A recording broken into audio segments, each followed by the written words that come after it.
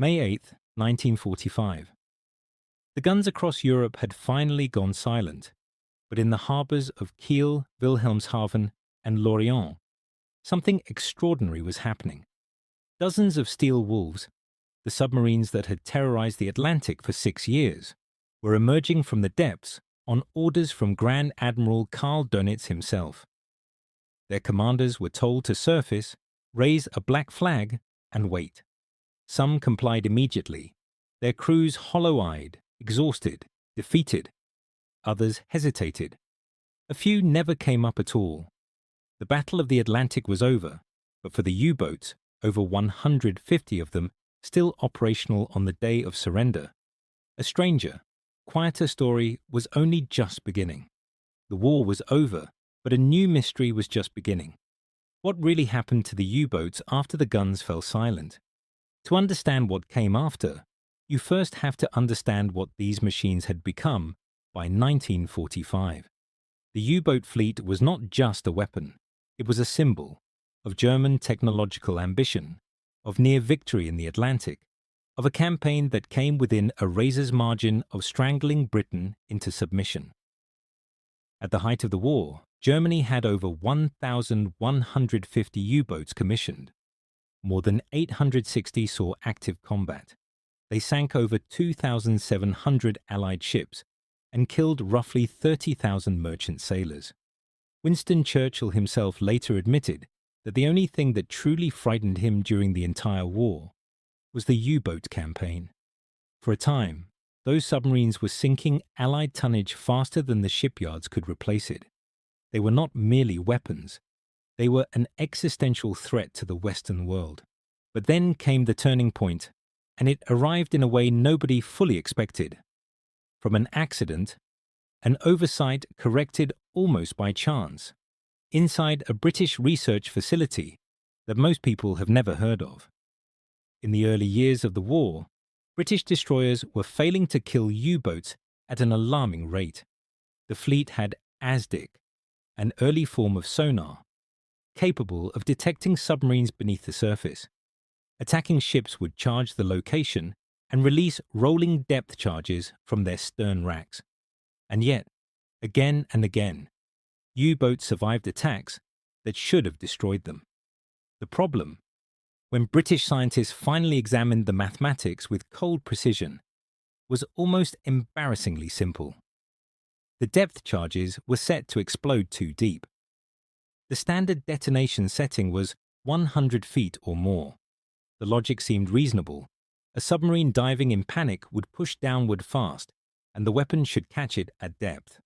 But what the calculations failed to account for was the physics of the attack window itself.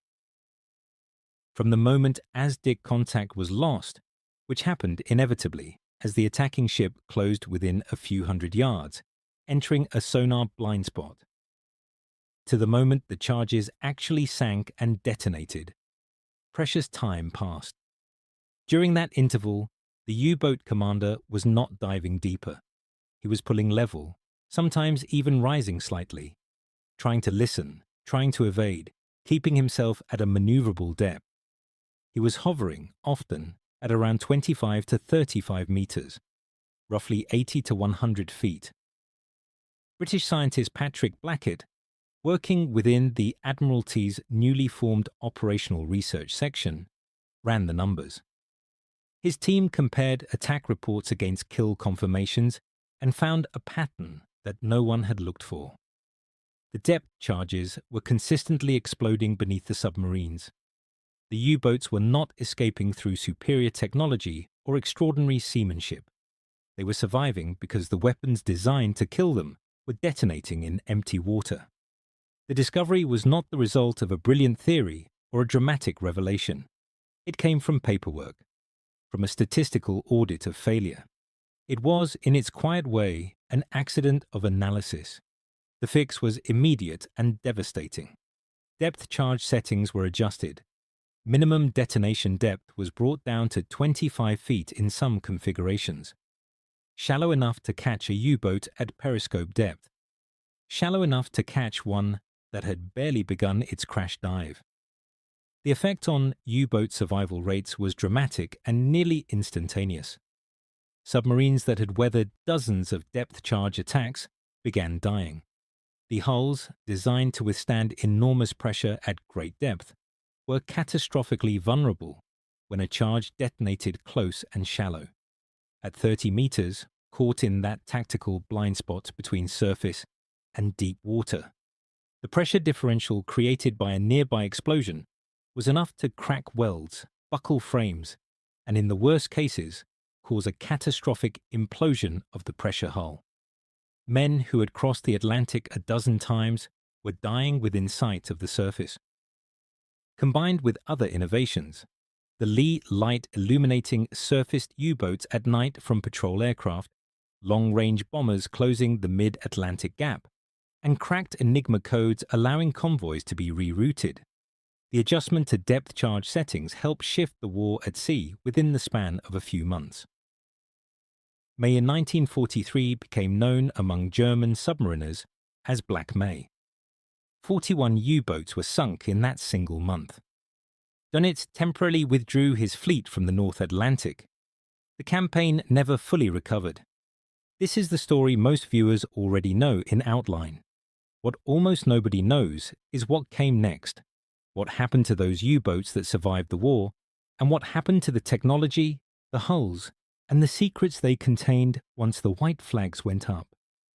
Imagine walking through the harbour at Wilhelmshaven in late May 1945. The water is grey and cold, streaked with oil.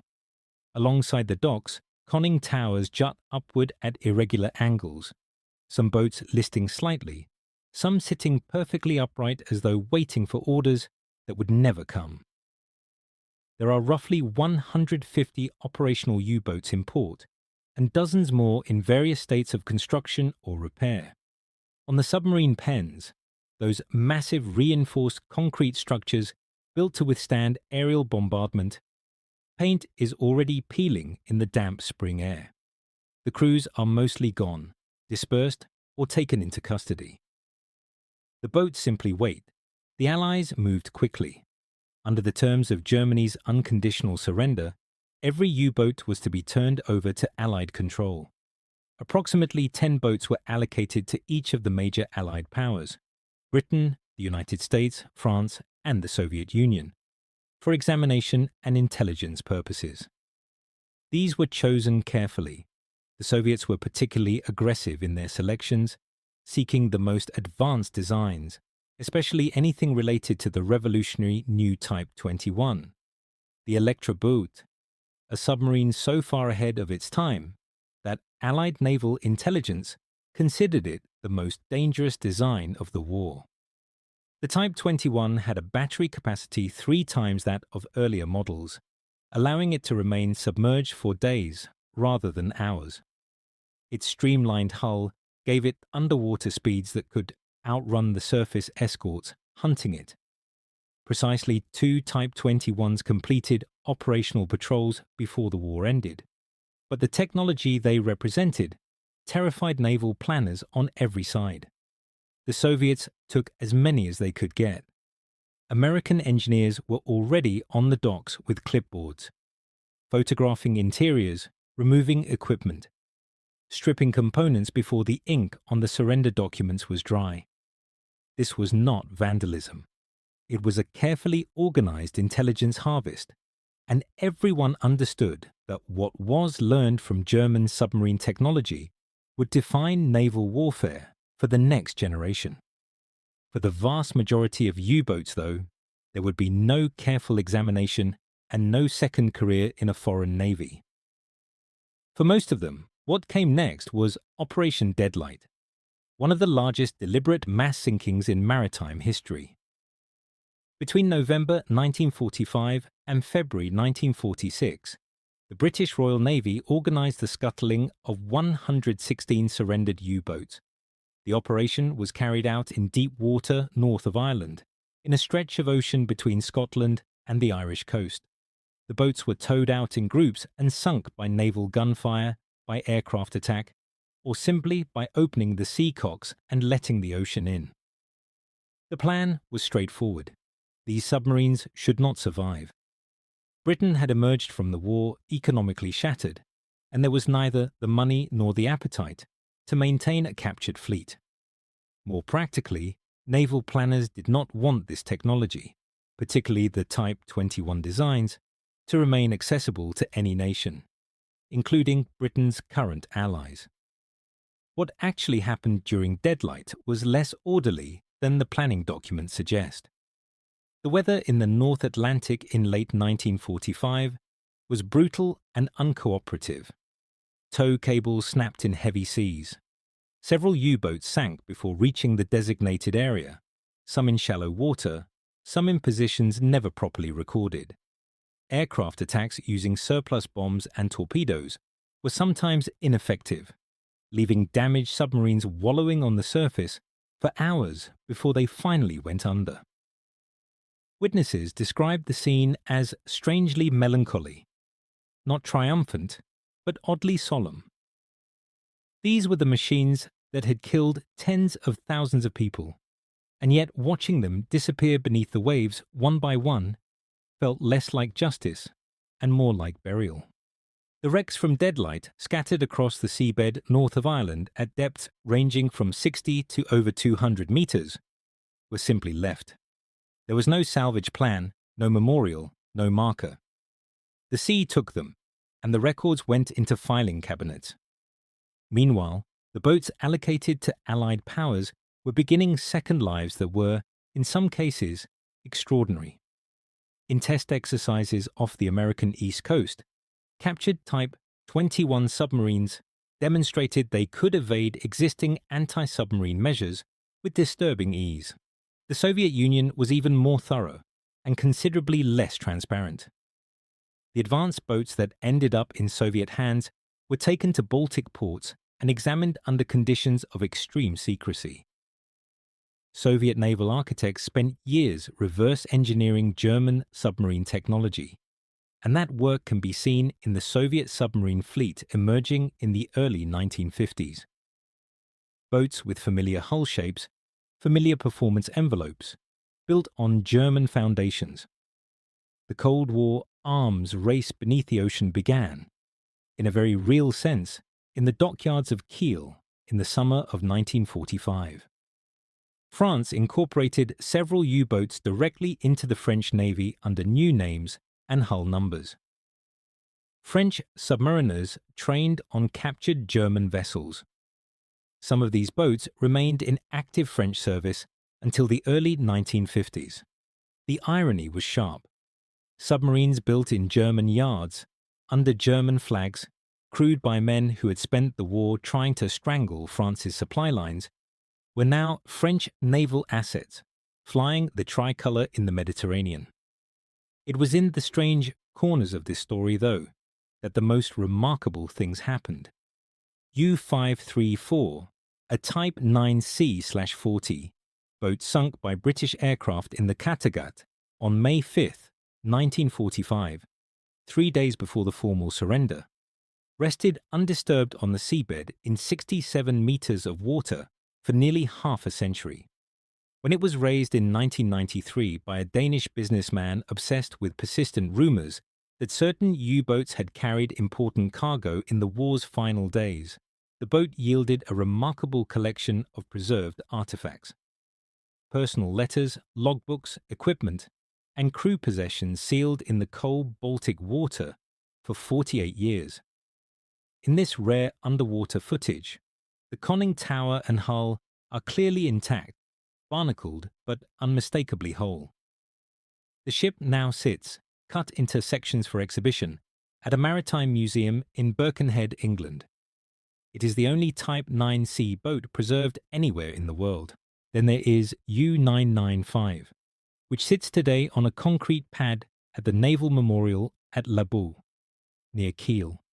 Its story is not one of dramatic discovery, but of survival by bureaucratic luck. After the war, U-995 was handed to Norway as reparations, where it served in the Royal Norwegian Navy under the designation KNM Kora. When the Norwegians decommissioned it in 1965, they simply planned to scrap it. A German veterans organization lobbied for its preservation for years. The negotiation eventually succeeded, and the hull was returned to Germany and turned into a memorial. Inside its cramped corridors, in the torpedo room, beside the attack periscope, in the narrow passage between the diesel engines, visitors can understand, in a way that no photograph can fully convey, what it meant to live inside one of these machines. And then there are the stories that fall entirely outside the official record. In the final weeks of the war, with Allied armies closing from east and west, a number of U-boats simply disappeared. Some were scuttled by their own crews in remote Norwegian fjords, where they remain on the seabed today, occasionally found by fishermen's nets, occasionally investigated by divers, occasionally generating headlines when someone suggests they might contain looted gold or classified technology.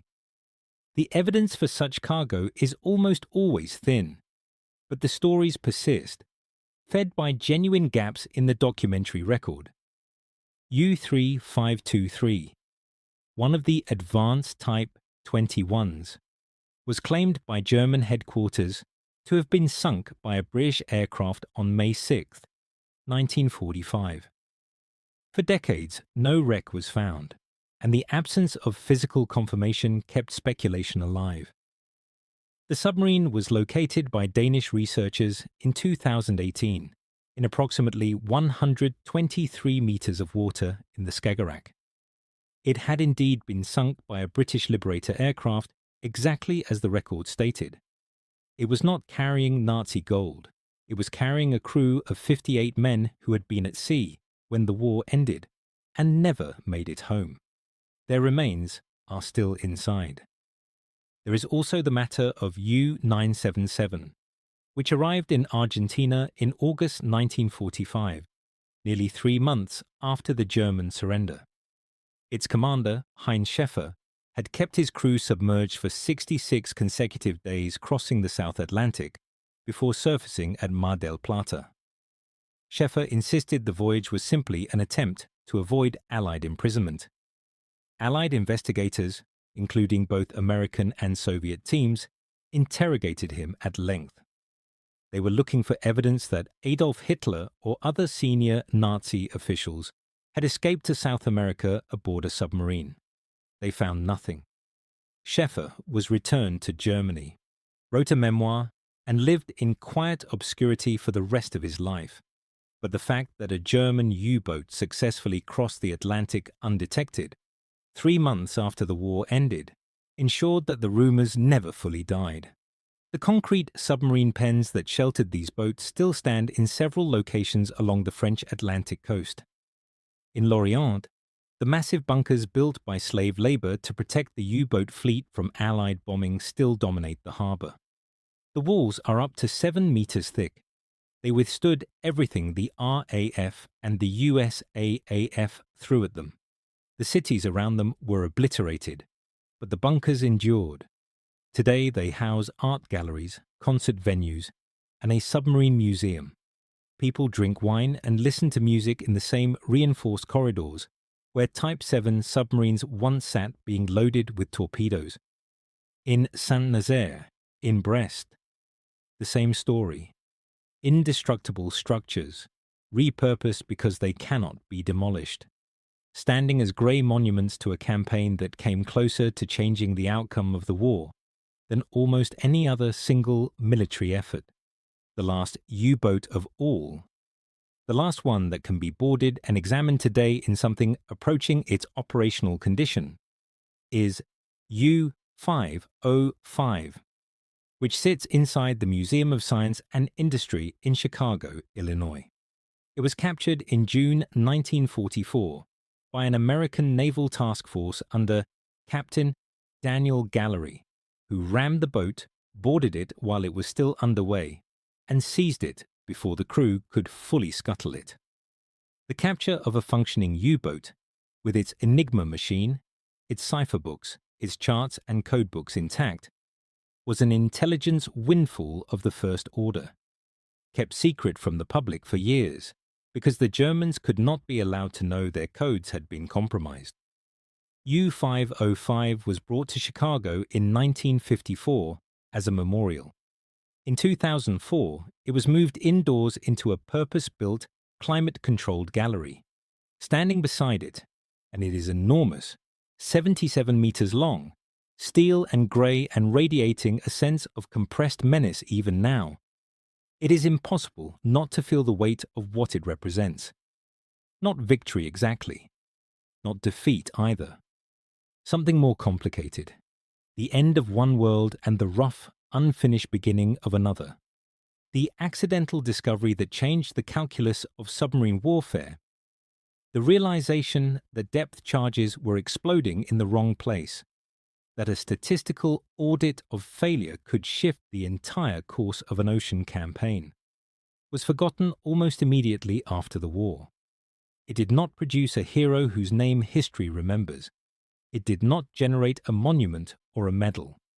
It was a correction on a form, a change to a dial setting, a quiet insight expressed in rows of numbers. And yet, it killed submarines. It drowned men at 30 meters. It helped turn the Atlantic back toward the Allies at a moment when the outcome was genuinely uncertain. The men who served in those U-boats, roughly 40,000 survivors, from a force of over 60,000, representing a loss rate of approximately 75%, came home to a destroyed country. The average crewman was 22 years old. They returned to rubble, to occupation, to a society trying desperately to understand what had happened to it. Many never talked about what they had seen. Many of the records were captured by the Allies or destroyed in the final bombings. Reconstructing what the U-boat fleet actually experienced took decades of patient archival work. The technology they had carried went everywhere. The snorkel became standard on all major submarine fleets within a decade. The hull designs pioneered in the Type 21 formed the conceptual blueprint for American teardrop-shaped submarines developed in the late 1940s. The Wolfpack tactics, the patrol zone assignments, the resupply systems, all were studied, adapted, and built into the nuclear submarine strategies of the Cold War.